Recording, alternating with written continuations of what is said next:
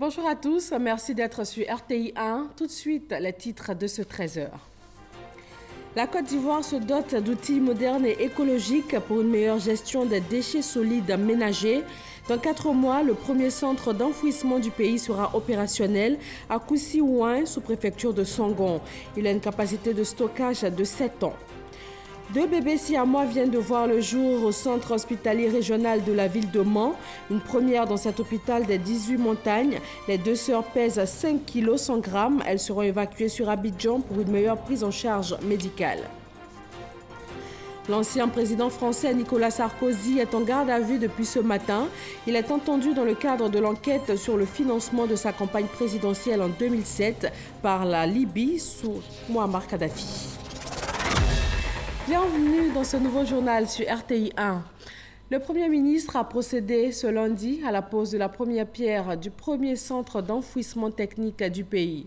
Il s'agit principalement d'améliorer la gestion des déchets solides ménagers et assimilés. Le centre installé à Koussi-Ouin, sous-préfecture de Songon, a une capacité de stockage de 7 ans. Alexis Ouedraogo. Chaque année, les 13 communes du district d'Abidjan produisent un peu plus d'1 250 000 tonnes de déchets. Jusqu'à ce jour, seule la décharge d'Akwedo absorbait cette production. Lors du lancement de l'opération Grand Ménage en 2017, le gouvernement s'était engagé à trouver une solution concrète courant 2018. Et bien ce lundi, à Koussi-Ouin, dans la commune de Songon, le Premier ministre Amadou Gon Coulibaly a posé la première pierre du tout premier centre d'enfouissement technique du pays. Ces vieux camions délabrés, non couverts, qui abandonnent tout sur leur passage, céderont la place à des camions adaptés, neufs, qui balayeront nos rues, conditionneront et transporteront les déchets vers ce centre de transfert et non plus vers Akwedo. À la différence d'une décharge telle qu'Akwedo, le centre d'enfouissement technique stocke les déchets ultimes tout en limitant les risques de pollution et de contamination de l'environnement. La livraison du premier casier qui recevra les ordures est annoncée pour juillet 2018. Il devra donner le top départ au processus de fermeture et de réhabilitation de la décharge d'Akwedo. Je voudrais saisir cette opportunité pour féliciter et remercier très sincèrement la communauté villageoise d'Akwedo pour leur grande patience. Le processus de fermeture et de réhabilitation de la décharge d'Akwedo, initié par le ministère de la Salubrité, de l'Environnement et du Développement durable, est désormais irréversible. Dans la mise en œuvre de cette nouvelle politique de gestion des déchets, il est également prévu la construction d'infrastructures, dont des centres de transfert et autres centres de groupage de déchets solides. Les Ivoiriens ont été traumatisés par la situation de la décharge d'Akwedo et ne veulent pas que cela se répète ici à Koussi-Ouin. À ce titre, je vous engage à offrir aux Ivoiriens un ouvrage de qualité conforme aux normes internationales de sécurité environnementale. Aucune dérogation à ce principe fondamental de notre partenariat visant à améliorer le cadre de vie des populations ivoiriennes ne sera naturellement tolérée. Au-delà de ce mécanisme, la population est invitée à accompagner la préservation de l'environnement. Cette nouvelle politique coûte beaucoup à l'État. Ce sont d'importants efforts que le président de la République a bien voulu consentir pour le bien-être et la santé des populations, pour la protection de notre environnement. Le gouvernement a fait sa part.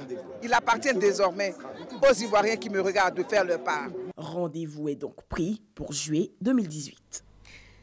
Et pour mieux comprendre cet outil de gestion des déchets, notre reporter Alexis Ouedraogo nous explique le mode de fonctionnement d'un centre d'enfouissement technique. Son reportage. Comment fonctionne un site d'enfouissement technique? Tout d'abord, les déchets sont étendus en minces couches dans les cellules étanches. Ils sont nivelés, compactés et recouverts périodiquement avec de la terre ou tout autre matériel inerte. L'aménagement de fosses autour du site permet de dévier les eaux de surface avant qu'elles n'entrent en contact avec les déchets. Après quelques années, la décomposition de la partie biodégradable des déchets produit le biogaz. Il est capté par un réseau de puits installés sur toute la surface du site et brûlé ou transformé en énergie. Une fois leur capacité maximale atteinte, on procède à la fermeture des cellules en installant un recouvrement favorisant l'apparition d'une végétation. Pendant l'exploitation et après la fermeture des cellules, on applique un programme strict de suivi environnemental afin de vérifier la qualité des eaux de surface et souterraines, la qualité de l'air, le niveau du bruit et l'efficacité des systèmes de traitement du lixivia et d'élimination du biogaz. Le développement de l'industrie pharmaceutique en Côte d'Ivoire au cœur d'une rencontre à la primature hier lundi. Un groupe pharmaceutique chinois a rencontré le Premier ministre Amadou Gon Coulibaly. Chèque connaît. L'objectif de cette séance de travail avec le chef du gouvernement ivoirien était de faire l'annonce d'importants investissements dans 2 projets majeurs qui verront le jour d'ici à 2020. La distribution et la construction d'une usine de production de médicaments contre le paludisme. Son Excellence, Monsieur le Premier ministre et Madame la Ministre ont bien exprimé leur souhait de mettre en œuvre les 2 projets susmentionnés le plus tôt possible. À travers les 2 objets susmentionnés, le souhait de notre société est de fournir les médicaments antipaludisme non seulement de haute qualité, mais aussi à prix accessible. Pour Amadou Gon Coulibaly, le gouvernement a le souci de développer la production de médicaments génériques au profit des populations ivoiriennes. À ce jour, l'industrie pharmaceutique en Côte d'Ivoire est constituée d'une centrale d'achat, de 4 grossistes répartiteurs, 850 opérateurs privés de pharmacie, 442 dépôts de pharmacie et 8 unités de production de médicaments. Un regain d'activité satisfaisant quand on sait que le domaine de la santé est au cœur des priorités du gouvernement, qui ne cesse d'accroître chaque année les investissements dans le secteur. En bref, la journée internationale de la francophonie est célébrée aujourd'hui 20 mars. Le travail des enfants au centre d'une rencontre hier lundi, une rencontre initiée par le comité interministériel de lutte contre la traite, l'exploitation et le travail des enfants. Il a entre autres été question du financement du système intégré de suivi du travail des enfants en Côte d'Ivoire. Chiram Kofi Abola. Quand ça concerne les enfants, la première dame de Côte d'Ivoire, Dominique Ouattara, ne peut pas être insensible. Il n'y a donc pas de surprise que la tenue de l'atelier sur le travail des enfants ce lundi à Eden Golf Hotel soit sous son haut patronage. Il s'agit précisément de réfléchir sur le mécanisme opérationnel de coordination et de financement durable du système intégré public-privé de suivi du travail des enfants en Côte d'Ivoire. Atelier organisé en partenariat avec la fondation ICI, International Cocoa Initiative, par le comité interministériel de lutte contre la traite, l'exploitation et le travail des enfants. Le ministre de l'Emploi et de la Protection sociale, Jean-Claude Kouassi, président de ce comité, y est représenté par le directeur de cabinet adjoint du dit ministère. La convention numéro 182 de l'OIT sur les pires formes de travail des enfants fait obligation aux membres signataires de procéder à la mise en place d'un mécanisme de suivi du travail des enfants. En application de cette recommandation, la Côte d'Ivoire a mis en place depuis 2013 le système d'observation et de suivi du travail des enfants en Côte d'Ivoire qui s'applique à tous les secteurs de l'appareil de production économique du pays. Ce système, comme vous le savez, participe de la facilitation de la prise de décision, mais également de la mise en place d'un mécanisme de veille et d'alerte précoce pour nous accompagner dans un bon diagnostic et une bonne prise de décision par rapport à cette question éminemment importante pour le gouvernement de Côte d'Ivoire. Au nom de la première dame Dominique Ouattara, présidente du CNS, Comité national de surveillance des actions de lutte contre la traite, l'exploitation et le travail des enfants, Madame Nadia Ndabende a situé l'importance de cette rencontre en sa qualité de chef de cabinet de la fondatrice de Children of Africa. C'est en juin 2013 que la Première Dame a personnellement procédé au lancement officiel de la phase opérationnelle du SOS-DECI, marquant ainsi son engagement à veiller à la mise en œuvre efficace de ce mécanisme national multisectoriel d'alerte, de prévention et de remédiation du travail des enfants dans notre pays. À cette occasion, la présidente du CNS avait lancé un appel solennel à toutes les structures sociales de base, à la communauté des acteurs associatifs, aux entreprises du cacao et du chocolat, ainsi qu'aux structures publiques et parapubliques de l'État, en charge de la lutte contre le travail des enfants, à s'approprier ce mécanisme afin de permettre d'assurer sa viabilité et sa pérennité. Aujourd'hui, le CNS est donc heureux de constater que cet appel lancé par la Première Dame a bien été entendu.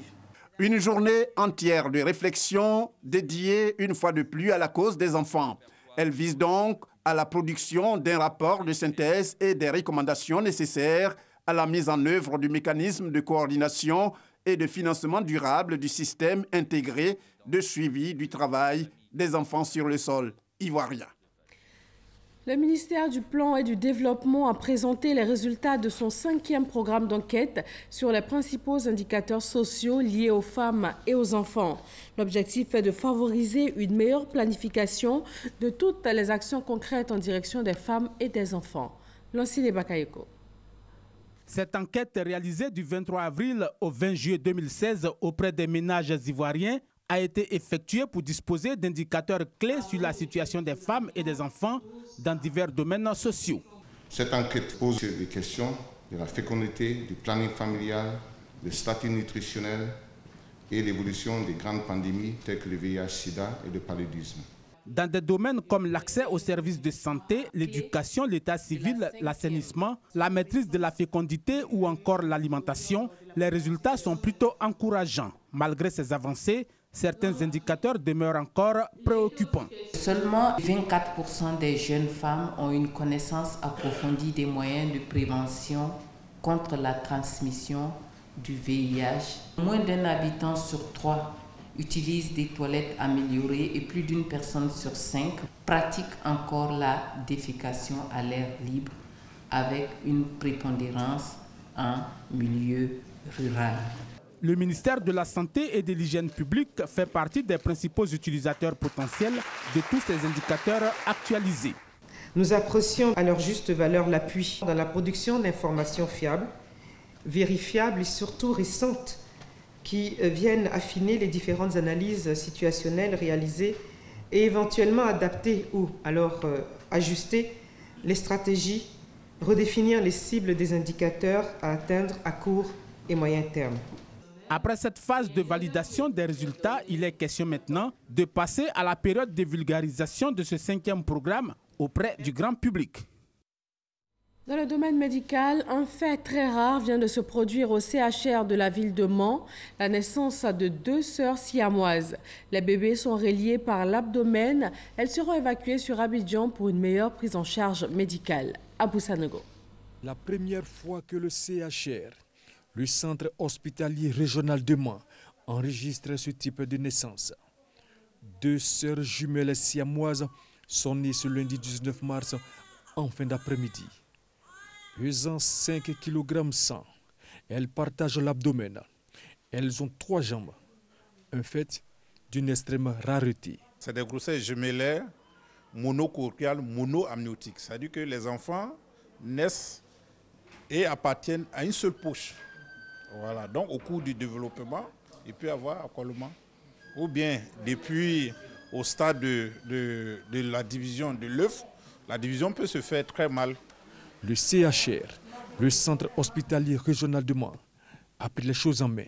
Quand on apprend que cette dame n'a même pas fait de CPN, de consultation prénatale, même pas une consultation prénatale, elle n'a même pas fait une échographie. Et nous sommes devant un cas, on ne peut pas reculer. La prise en charge se fait, les enfants seront conduits à Abidjan pour une meilleure prise en charge là-bas. Le père des 2 sœurs jumelles siamoises appelle à l'aide. Il demande à des gens de m'aider pour soigner l'enfant là. Sinon vraiment, moi, je ne sais pas quoi faire. Les 2 sœurs jumelles siamoises ont été conduites à Abidjan pour un meilleur suivi.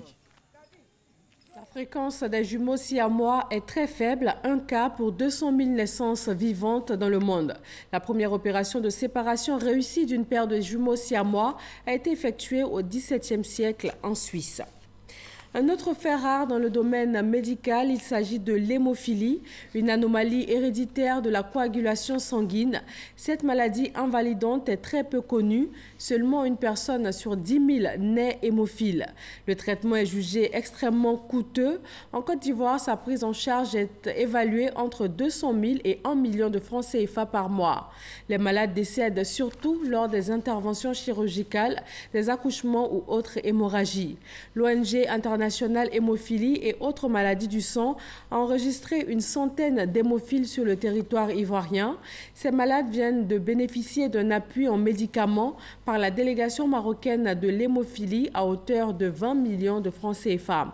Cette délégation marocaine, composée de médecins spécialistes, fait bénéficier de son expérience aux médecins ivoiriens à travers des consultations et des chirurgies, principalement des circoncisions d'hémophiles. Sur l'autoroute du Nord, un carambolage impliquant 9 véhicules ralentit considérablement la circulation dans le sens Yopougon-Adjamé. Aucune perte en vie humaine, mais plusieurs personnes ont été blessées. Le conducteur du gros porteur à l'origine de l'accident a pris la fuite. Le système de freinage de son véhicule serait défectueux selon des témoignages recueillis sur place. Après 6 mois de fermeture pour travaux, l'aéroport de San Pedro est de nouveau ouvert à la circulation. Le ministre des Transports l'a annoncé ce lundi à l'issue d'une visite de terrain. Les travaux ont concerné notamment la piste d'atterrissage et dès cette fin de semaine, les vols en provenance et à destination de San Pedro vont reprendre. Mahama Traoré. C'est le premier avion à atterrir à l'aéroport de San Pedro depuis environ 6 mois. À son bord, le ministre des Transports, Amadou Koné, est venu constater la fin des travaux de réhabilitation de la piste d'atterrissage de cet aéroport.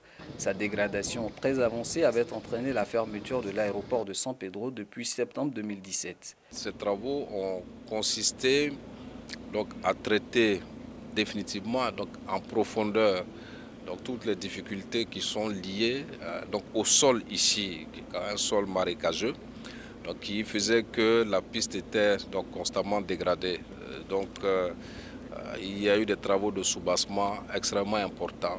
C'était des travaux très lourds. Ces travaux sont désormais achevés, les travaux lourds sont achevés. La Sodexam a autorisé le démarrage des vols.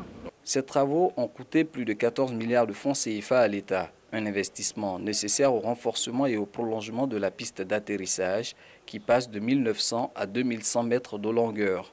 L'aéroport de San Pedro peut désormais accueillir des avions de type Airbus A320 comme ceux de Air Côte d'Ivoire. D'ailleurs, la compagnie nationale va reprendre sa desserte de San Pedro dès ce vendredi. D'abord heureux pour la population de San Pedro et surtout pour les opérateurs économiques qui fréquentent San Pedro. Ils ont beaucoup souffert. Je suis convaincu que quand nous allons reprendre les vols, ils oublieront tout ce qui s'est passé. Ville portuaire, San Pedro reste la destination la plus fréquentée des vols domestiques de la compagnie nationale. Le taux de remplissage de ces vols quotidiens est estimé à plus de 70%. Assainissement du secteur financier, renforcement de la capacité des personnels des centres de gestion agréés sur le système Cisco-ADA révisé. Le ministère de l'Économie et des Finances s'inscrit dans l'assistance aux PME dans les domaines de la gestion, de la comptabilité et de la fiscalité. Il s'agit donc de faciliter l'accès de ces PME au financement. Jean-Luc Mangbo. Désormais, les petites et moyennes entreprises de Côte d'Ivoire sont informées des nouvelles dispositions de l'acte uniforme relatif aux droits comptables et à l'information financière révisée Cisco-ADA. Le ministère de l'Économie et des Finances, via le programme de développement du secteur financier, PDESFI, a instruit les centres de gestion agréés de renseigner à cet effet les 23 509 entreprises adhérentes sur ce nouveau cadre référentiel comptable. Ce séminaire de formation vise à mettre à niveau ces centres de gestion agréés. Actuellement, toute entité, toute société a besoin d'un comptable. Et il peut dire que c'est incontournable. Qu'on le veuille ou pas, on a besoin de comptabilité, on a besoin de sortir les chiffres. Donc c'est une aubaine pour tous les praticiens. Soulignant l'importance de l'information financière dans la gouvernance économique d'un pays, le directeur de cabinet adjoint du ministre de l'Économie et des Finances invite le secteur privé à s'approprier les nouvelles réformes en vigueur sur le marché sous-régional. Les PME qui représentent 80% du tissu économique national et 25% de la population active ont souvent d'importantes difficultés en matière d'information financière, en raison notamment de problèmes de qualification du personnel. Structures privées d'appui et de conseil, les centres de gestion agréés ont pour mission d'apporter une assistance technique aux petites et moyennes entreprises qui exercent dans le secteur du commerce, de l'artisanat, les services et les industries. Cette initiative du PDSFI entre dans le cadre de la stratégie de développement du secteur financier adoptée par le gouvernement en avril 2014. Les chefs d'État et de gouvernement du continent vont signer demain à Kigali, au Rwanda, le traité instituant la zone de libre-échange continentale. Ce projet a pour but d'intégrer les 54 pays africains dans une zone de libre-échange commercial. La délégation ivoirienne est conduite au Rwanda par le vice-président. Le reportage de Jean-Jacques Kwame. Voir l'Afrique devenir un jour ce vaste espace sans frontières où les personnes, les marchandises et les services circulent sans entrave, à l'image du marché unique européen. C'est tout l'enjeu de ce traité que s'apprête à signer la vingtaine de chefs d'État et de gouvernement réunis au sommet de l'Union africaine à Kigali. Ce sommet est une étape essentielle dans le processus de la zone de libre-échange continentale entamé depuis 27 ans. Il a pour objectif d'instaurer un marché commun continental entre les 54 pays de l'Union africaine afin de doper le commerce intra-africain. Mais pour l'heure, le constat est tout autre. Seulement 16% du commerce intra-africain contre 50% avec les pays asiatiques et 70% avec les pays européens. Selon les estimations de la Commission économique des Nations Unies pour l'Afrique, la création de la zone de libre-échange continentale devrait ainsi permettre une hausse de 52% du commerce intra-africain d'ici 2022. Mais cette perspective reste encore lointaine, car à ce jour, bien que la création de 8 communautés économiques régionales soit déjà un acquis, plusieurs pays hésitent encore à s'engager dans ce traité. Abaisser les barrières douanières, libéraliser les services, ouvrir son marché à la concurrence, tels sont les risques que courent certains pays. C'est le cas du Nigeria. Un communiqué de la présidence annonce l'absence de Muhammadu Buhari à ce sommet extraordinaire. Un coup dur pour l'Union africaine et le projet de zone de libre-échange continentale, car ce pays représente une des premières économies africaines et un marché de 190 millions d'habitants. Par contre, pour la Côte d'Ivoire, présente au plus haut niveau à ce sommet par le vice-président Daniel Kablan-Duncan, représentant le chef de l'État Alassane Ouattara, l'enjeu est de taille, l'accroissement des marchés d'exportation et l'amélioration de la productivité d'entreprises ivoiriennes. Dans le domaine agricole, le trafic illicite de l'anacarde a occasionné pour la seule année 2017 une perte de 17 milliards de francs CFA à la Côte d'Ivoire. Les douanes ivoiriennes et le conseil coton anacarde veulent mettre fin à cette fuite de la production ivoirienne de noix de cajou. Victorine Yaoyobwe.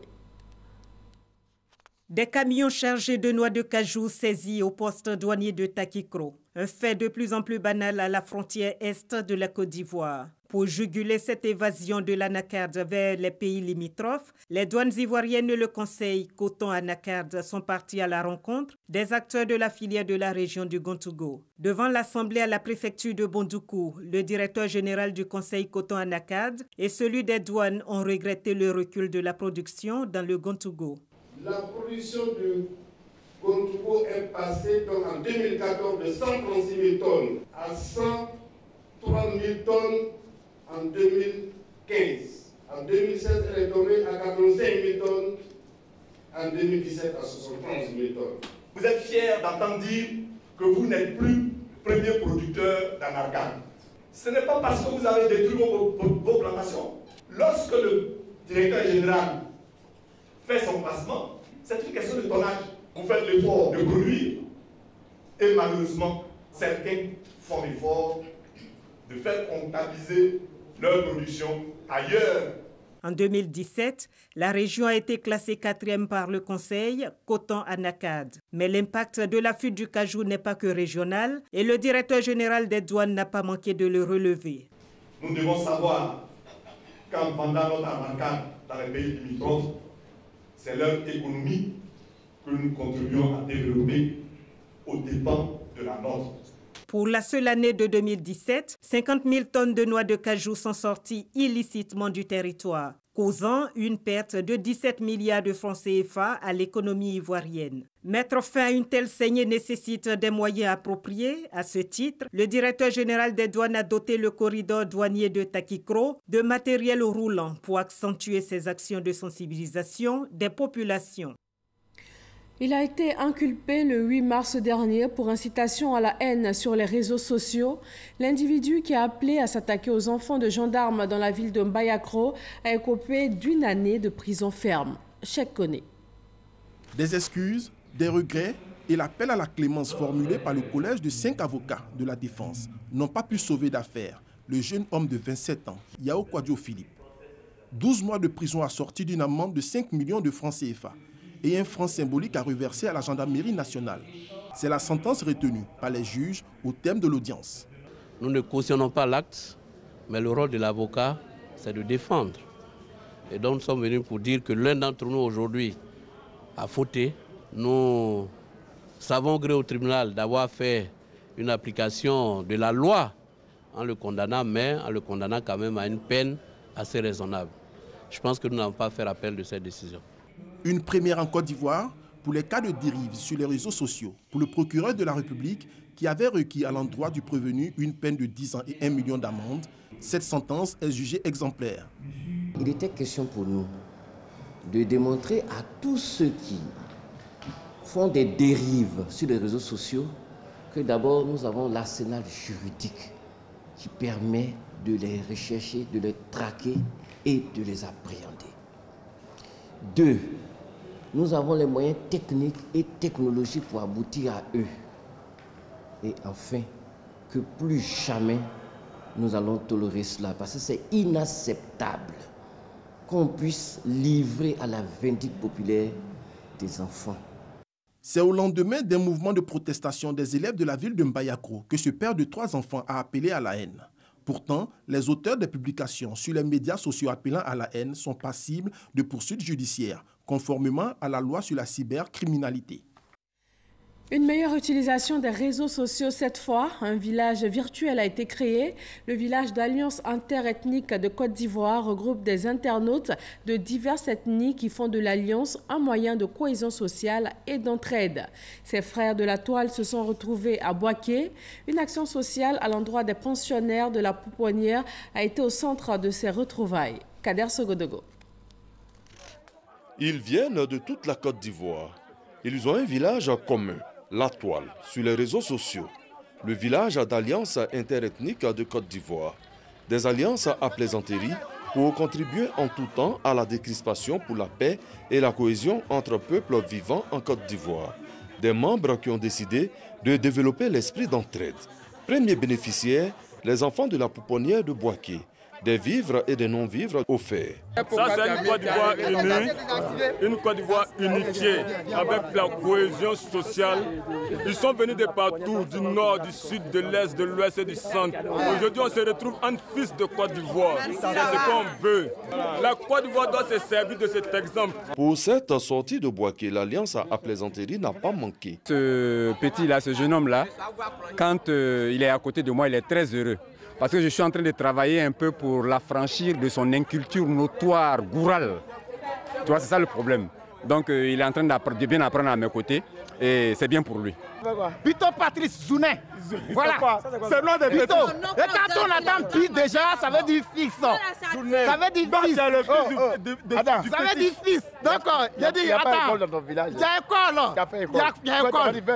Non. Les membres du village d'Alliance interethnique entendent se retrouver régulièrement pour mener d'autres actions qui collent bien avec leur vision, cohésion, paix, entraide. En France, l'ancien président Nicolas Sarkozy a été placé en garde à vue ce matin dans le cadre de l'enquête sur le financement de sa campagne présidentielle en 2007 par la Libye sous Mouammar Kadhafi. C'est la première fois que l'ancien chef de l'État est entendu dans le cadre de cette affaire depuis l'ouverture d'une information judiciaire en avril 2013. Merci de votre attention. Je vous retrouve à 20h pour un nouveau journal. D'ici là, d'autres informations sur les www.rti.ci. Très bonne journée à tous.